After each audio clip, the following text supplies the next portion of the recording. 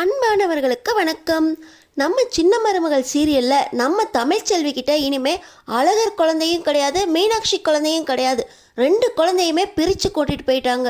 ஒரு தாய் மனசை இந்த அளவுக்கு நோகடிக்கிற சித்ரா ஈஸ்வரியை சும்மாவே விடக்கூடாது அப்படின்னு நினைக்கிறவங்க இந்த வீடியோவுக்கு ஒரு லைக் போட்டுக்கோங்க. நம்ம தமிழ்கிட்ட இருந்து முதல்ல ரெட்டை பிள்ளைங்கலேருந்து முதல் குழந்தைய அப்பத்தா தூக்கிட்டு போய் சேதுக்கிட்ட சேர்த்தாங்க. இப்போ பார்த்தீங்கன்னா ரெண்டு குழந்தையுமே இல்லாமல் நம்ம தமிழ் பரிதவிக்கிறாங்க. என்ன நடந்துச்சுன்னு பார்த்தீங்கன்னா, நம்ம சேதுவுக்கு சென்னைக்கு வந்த இடத்துல எம்எல்ஏக்களுக்கான ட்ரைனிங் இருக்கிறதுனால இன்னும் 2 நாள் இதே சென்னையில் தான் தங்கணும் அப்படிங்கிற சூழ்நிலை வந்துருச்சு.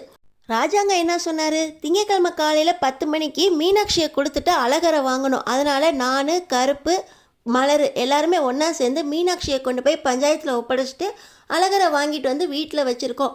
நீ உன்னோட மீட்டிங்கை ஐஸ்வர்யாவோடு இருந்து எல்லாத்தையும் முடிச்சுட்டு வா அப்படின்னு சொன்னார்.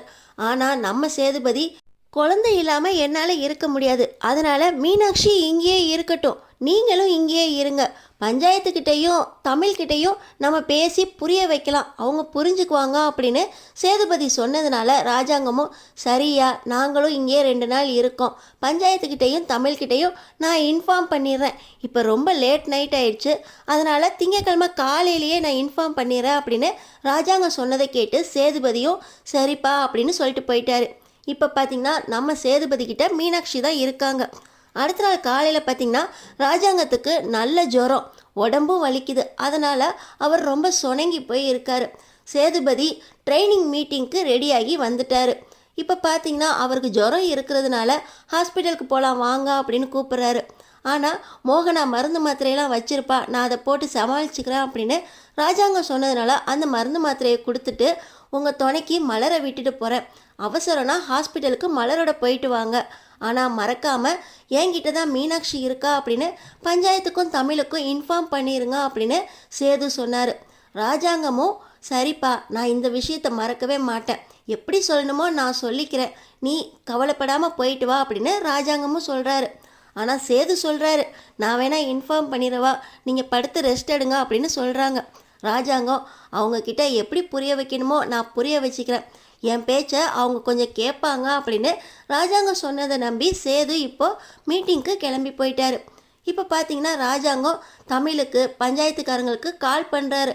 ஆனால் கால் போக மாட்டேங்குது, என்ன ப்ராப்ளமோ டவர் ப்ராப்ளமோ யாருக்குமே கவர் போகல. பார்த்தீங்கன்னா அவர் அவங்க அப்பாவுக்கும் கால் பண்ணுறாரு, யாருக்குமே கால் போகல. அவருக்கு உடம்புல ஜுரம் இருந்ததுனால அந்த அசதியில் ஃபோனை கையில் வச்சுக்கிட்டு அப்படியே தூங்கி போயிடுறாரு. இன்னொரு பக்கம் பார்த்திங்கன்னா நம்ம தமிழ் அழகரை கையில் வச்சுக்கிட்டு பஞ்சாயத்தில் எல்லாரும் முன்னாடியும் வெயிட் பண்ணிக்கிட்டு இருக்காங்க. 10 மணி, 10:15, 10:30, 10:45 இன்னமும் மீனாட்சியை தூக்கிட்டு வந்துட்டு இவங்க அழகரை வாங்கிட்டு போகாமல் இருக்காங்களே, பஞ்சாயத்துக்கு கொஞ்சம் கூட மதிக்கவே மாட்டேங்கிறாங்களே, கொடுத்த வாக்கை காப்பாற்றலையே அப்படின்னு நம்ம தமிழ் ரொம்பவே கோவப்படுறாங்க. அதுதான்ப்பா, இப்படி புருஷன் பொண்டாட்டிங்களாம் ஃபஸ்ட்டு 1 மாதத்துக்கு சொன்னதை பஞ்சாயத்து பேச்சை கேட்டு எல்லாமே நடந்துக்குவாங்க, அதுக்கப்புறம் எனக்கு என்னடா நான் என்னடா உன் பேச்சை கேட்குறதுன்னு இப்படி தான் நடந்துக்கிறாங்க அப்படின்னு பஞ்சாயத்துலேயும் பேசிட்டு, தமிழ் நீ வேணா சேதுவுக்கு கால் பண்ணி பாருமா அப்படின்னு சொல்கிறாங்க. நம்ம தமிழும் சேதுவுக்கு கால் பண்ணுறாங்க.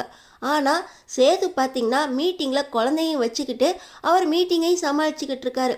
மீட்டிங் நேரத்தில் நம்ம தமிழோட காலை அட்டன் பண்ண முடியல, சைலண்ட்டில் போட்டு வச்சுருக்காரு. ஆனால் நம்ம தமிழ் நான் கால் பண்ணிக்கிட்டே இருக்கேன், அவர் எடுக்கவே இல்லை அப்படின்னு சொல்ல, அப்போ மலருக்கு கால் பண்ணிப்பாரு அப்படின்னு வசந்தி சொல்கிறாங்க. ஆனால் நம்ம தமிழ் நம்ம எதுக்குமா ஒவ்வொருத்தருக்கா கால் பண்ணி குழந்தைய கேட்கணும், பஞ்சாயத்தில் முடிவு பண்ணியிருக்காங்க, கொடுத்த வாக்கை காப்பாற்ற வேண்டாமா, எல்லாம் பணம் பதவி இருக்கிற திமிரில் தான் இவங்க இப்படிலாம் பண்ணுறாங்க அப்படின்னு நம்ம தமிழ் ரொம்ப கோவமாக பேச, கோவப்படாத தமிழ் நீ மலருக்கு கால் பண்ண அப்படின்னு வசந்தி வற்புறுத்தினதுனால நம்ம தமிழ் மலருக்கு கால் பண்ணுறாங்க. இன்னொரு பக்கம் பார்த்திங்கன்னா மலர் இன்ஃபார்ம் பண்ணிட்டீங்களான்னு கருப்பண்ணா கிட்டே நைட்டை கேட்டாங்க. லேட் நைட் ஆயிடுச்சு, அதெல்லாம் அவங்க பார்த்துக்குவாங்க அப்படின்னு கருப்பண்ணா சொன்னதை கேட்டு நம்ம மலரும் தமிழுக்கு இன்ஃபார்ம் பண்ணல. இப்போ தமிழ்கிட்டேருந்து கால் வந்தோடனே சொல்லு தமிழ் அப்படின்னு அவங்க நிதானமாக தான் கேட்குறாங்க. ஆனால் நம்ம தமிழ் எங்கக்கா இருக்கீங்க, எங்கக்கா குழந்தைய மாத்திரக்காக வரல, நாங்கள் இவ்வளோ நேரமாக பஞ்சாயத்தில் வெயிட் பண்ணிக்கிட்டு இருக்கோம் அப்படின்னு கேட்க, என்ன தமிழ் உனக்கு இன்ஃபார்ம் பண்ணலையா, ஐயா ஏற்கனவே உனக்கு இன்ஃபார்ம் பண்ணுறதா சொல்லியிருந்தாரு, நாங்கள் இன்னும் சென்னையில் தான் இருக்கோம், மதுரைக்கு வர்றதுக்கு இன்னும் 2 நாள் ஆகும் அப்படின்னு சொல்கிறாங்க. இதெல்லாம் முன்னாடியே சொல்லலைங்களாங்க்கா. நீங்கள் எப்படிங்க்கா பஞ்சாயத்தோட வாக்கை மீறி நீங்கள் இன்னும் அங்கேயே இருக்கலாம், குழந்தைய திங்கக்கிழமை காலையில் என்கிட்ட கொடுக்கணும்னு உங்களுக்கு தெரியாதா அப்படின்னு மலர்கிட்ட சத்தம் போட நம்ம மலருக்கு ரொம்பவே டென்ஷன் ஆயிடுது. இப்போ என்ன பண்ணுறாங்க, தமிழ் மன்னிச்சிரு தமிழ், அவங்க இன்ஃபார்ம் பண்ணியிருப்பாங்கன்னு நினச்சேன் அப்படின்னு மலர் சொல்கிறாங்க. ஆனால் நம்ம தமிழ் ஃபோனை கட் பண்ணிவிட்டு இந்த மாதிரி 2 நாள் ஆகும் அப்படின்னு ஸ்பீக்கரில் தானே போட்டிருந்தாங்க. பஞ்சாயத்துக்காரங்களும் அவங்க வந்ததுக்கப்புறம் பேசிக்கலாமா, ராஜாங்க ஐயா இந்த மாதிரிலாம் பண்ணுற ஆளே கிடையாது, சூழ்நிலை வர முடியாதுன்னு சொல்கிறாங்க. நம்ம 2 நாள் கழித்து இந்த பஞ்சாயத்தை வச்சுக்கலாம் அப்படின்னு சொல்ல நம்ம தமிழ் ரொம்ப கோபமாக இருக்காங்க. இன்னொரு பக்கம் மலர் அந்த மீட்டிங் நடக்கிற இடத்துக்கே போயிட்டு அங்கே கற்பனா கிட்ட நீங்கள் இன்னும் இன்ஃபார்ம் பண்ணலையா, தமிழ் இவ்வளோ நேரமாக பஞ்சாயத்தில் வெயிட் பண்ணி ரொம்ப கோபமாக பேசினா அப்படின்னு நடந்ததெல்லாம் சொல்லிக்கிட்டு இருக்காங்க. ஆனால் மீனாட்சி சேதுக்கிட்ட இருக்கிறதுனால இதை இப்போ சேதுக்கிட்ட சொல்ல முடியாது, முக்கியமான மீட்டிங்மா அப்படின்னு கருப்பண்ணாவும் நம்ம மலரும் பேசிக்கிட்டு இருக்க. இன்னொரு பக்கம் நம்ம தமிழ் 2 நாள் கழித்து பஞ்சாயத்து வச்சுக்கலான்னு சொல்லிட்டாங்களே சரின்னு சொல்லி அவங்க பொறுமையாக வீட்டில் அழகரோடு இருக்காங்க. இன்னொரு பக்கம் சென்னையில் இருக்க இந்த ஐஸ்வர்யா பார்த்திங்கன்னா சேதுக்கிட்ட நான் ஏற்கனவே 2 நாள் எக்ஸ்ட்ரா இருக்கலான்னு சொல்லிட்டு போனேன், நீங்கள் தான் கேட்க மாட்டேன்ட்டீங்க. இப்போ பார்த்தீங்கன்னா மீனாட்சி, மாமா, மலர், கருப்பண்ணா எல்லாரும் ஊருக்கு போயிடுவாங்க, நம்ம 2 பேர் மட்டும்தான் சென்னையில் தங்க போகிறோம், அப்படி தானே மாமா அப்படின்னு சேதுக்கிட்ட கேட்குறாங்க. ஆனால் சேது, குழந்தைய பிரிஞ்சு நான் எப்படி உன் கூட தனியாக இருக்க முடியும், குழந்தை என் கூட தான் இருக்கணும். மீனாட்சி ஏற்கனவே என் கூட இருந்த இந்த சனி ஞாயிறு 2 நாளுமே தடுப்பூசி போட்டதுனால ஜுரம் வந்து இருந்தா, இப்போ தான் என் கூட இருக்கா, நான் மீனாட்சியோட இருக்கணும், அந்த சான்ஸை நான் எப்படி விட்டு கொடுப்பேன்? தமிழ்கிட்டையும் பஞ்சாயத்துக்கிட்டையும் மீனாட்சி என் கூட தான் இன்னும் 2 நாள் மீட்டிங் இருக்கிற வரைக்கும் இருப்பா அப்படின்னு இன்ஃபார்ம் பண்ண சொல்லிட்டேன், அப்பாவை இன்ஃபார்ம் பண்ணிடுவாங்க அப்படின்னு சேது சொன்னதுலேருந்து ரொம்ப வருத்தமாக இருக்காங்க. சேது மாமா எப்போவுமே குழந்தை கூடயே இருக்கிறதுனால அவரோட தனியாக ஸ்பெண்ட் பண்ண முடியல. இப்போ சென்னைக்கு போகிறதுனால திங்கக்கிழமை குழந்தைய தமிழ்கிட்ட ஒப்படைக்கணுங்கிற ஒரு காரணத்துக்காக உன் கூட தனியாக இருப்பார், 1 வாரம் நீ அவர் கூட ஜாலியாக இருந்துட்டு வா அப்படின்னு இந்த ஈஸ்வரியும் சித்ராவும் 1 வாரம் இருக்கிறதுக்கு ஐடியா கொடுத்து விட்டாங்க. அந்த ஐடியாவும் இப்போ பழிக்காமல் போயிடுச்சா அப்படின்னு சொல்லி நேராக இந்த ஐஸ்வர்யா சித்ராவுக்கும் ஈஸ்வரிக்கும் கால் பண்ணி குழந்தை இப்போ சேது மாமா கிட்ட தான் இருக்குது அப்படின்னு சொல்லிடுறாங்க. ஆனால் இந்த சித்ராவும் ஈஸ்வரியும் பின்னாடி இருந்து இன்னொரு பிளான் பண்ணுறாங்க. தமிழ்கிட்ட ஏற்கனவே இப்போ அழகர் தான் இருக்கான், பஞ்சாயத்தோட கருத்துப்படி அழகர் நம்ம சேதுக்கிட்ட நம்ம வீட்டில் தானே இருக்கணும், இப்போ அவளுக்கு கூட மீனாட்சியும் கிடையாது, அழகரும் நம்ம வீட்டில் இருக்க முறை தான், இதை வச்சு நம்ம ஒரு கேம் ஆடுவோம் அப்படின்னு பிளான் போட்டு நேராக இந்த சித்ராவும் ஈஸ்வரியும் நம்ம தமிழ் வீட்டில் போய் இறங்குறாங்க. நம்ம தமிழ் ஒரு முக்கியமான வேலையாக வெளியே போயிருக்கு, வசந்தியும் அப்பத்தாவும் ஆஸ்பத்திரிக்கு வெளியே போயிருக்காங்க. இந்த நேரத்தில் தனமும் அழகரும் மட்டும்தான் வீட்டில் இருக்காங்க.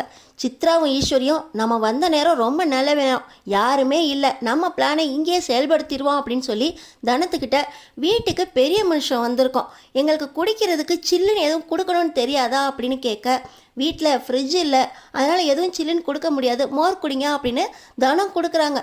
இருந்தாலும் நீ வெளியே போய் வாங்கிட்டு வா அப்படின்னு சொல்லி தனத்தை ஐடியா பண்ணி வெளியே அனுப்புதுங்க இந்த சித்ராவும் ஈஸ்வரியும்.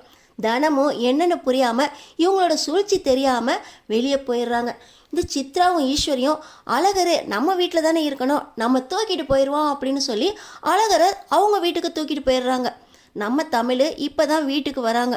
வந்த இடத்துல அழகர் குழந்தையும் இல்லையா அப்படின்னு தேடி பார்க்கும்போது இந்த சித்ராவும் ஈஸ்வரியும் என்ன பண்ணி வச்சுருக்காங்க, ஒரு லெட்டர் ஒன்று எழுதி வச்சுருக்காங்க. அழகரே இப்போ எங்கள் வீட்டில் இருக்க வேண்டிய முறை தானே, பஞ்சாயத்தில் பேசி அதுதானே முடிவு பண்ணியிருக்கோம், ஆனால் மீனாட்சி உன் கூட இருக்க வேண்டிய முறை இல்லை, அதை நீ பஞ்சாயத்தில் சொல்லி முடிவு பண்ணிக்கோ, அழகரை நாங்கள் எங்கள் வீட்டுக்கு தூக்கிட்டு போகிறோம் அப்படின்னு லெட்டர் எழுதி வச்சுட்டு போக நம்ம தமிழுக்கு பயங்கர கோபம் வந்தது. என்கிட்ட எந்த ஒரு இன்ஃபார்மும் பண்ணாமல் பஞ்சாயத்து முன்னாடியும் இல்லாமல் நீங்களா எப்படி அழகரை தூக்கிட்டு போகலாம் அப்படின்னு பயங்கர கோபத்தில் இருக்காங்க.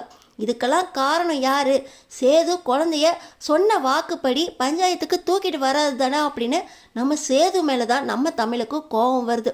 குழந்தைய யாருக்கும் சொல்லாமல் இன்ஃபார்ம் பண்ணிட்டு போன சித்ராவையும் ஈஸ்வரியும் சும்மாவே விடக்கூடாது அப்படின்னு நம்ம தமிழ் முடிவு பண்ணுறாங்க. யார்கிட்ட கேட்டு நீ குழந்தைய கொடுத்து விட்டா அப்படின்னு தனத்துக்கிட்ட கோவப்பட, இப்படி அவங்க சொல்லாமல் தூக்கிட்டு போவாங்கன்னு எனக்கு தெரியாதுக்கா அப்படின்னு அவங்களும் பதறி போய் இருக்காங்க.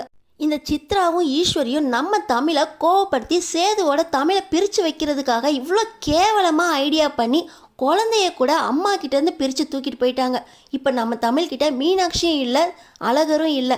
நம்ம தமிழோட மனசு யாருக்கு புரிய போகுது? 2 குழந்தையும் இப்படி பிரிச்சுட்டு போன சித்ராவையும் ஈஸ்வரியும் சும்மாவே விடக்கூடாது. நம்ம தமிழ் கோர்ட்டில் கேஸ் போட்டால் கூட நியாயப்படி 2 குழந்தைங்கள பிரிக்கக்கூடாது. 2 குழந்தைங்களுமே நம்ம தமிழ்கிட்ட இருக்கணும் அப்படின்னு தீர்ப்பு வரணும். ஆனால் நம்ம சேதுவுக்காக நம்ம தமிழ் விட்டு வச்சா இப்படி 2 குழந்தையும் தமிழ்கிட்டேருந்து பிரிச்சுட்டு போயிருக்காங்க. நம்ம தமிழ் இந்த ஈஸ்வரி சித்ரா சூழ்ச்சியை ஆரம்பத்துலேருந்து முன்னாடி வெளிச்சத்துக்கு கொண்டு வரணும் அப்படின்னு நினைக்கிறவங்க நம்ம சேனலுக்கு சப்ஸ்கிரைப் பண்ணி அடுத்தடுத்து என்ன நடக்க போகுதுன்னு பாருங்கள்.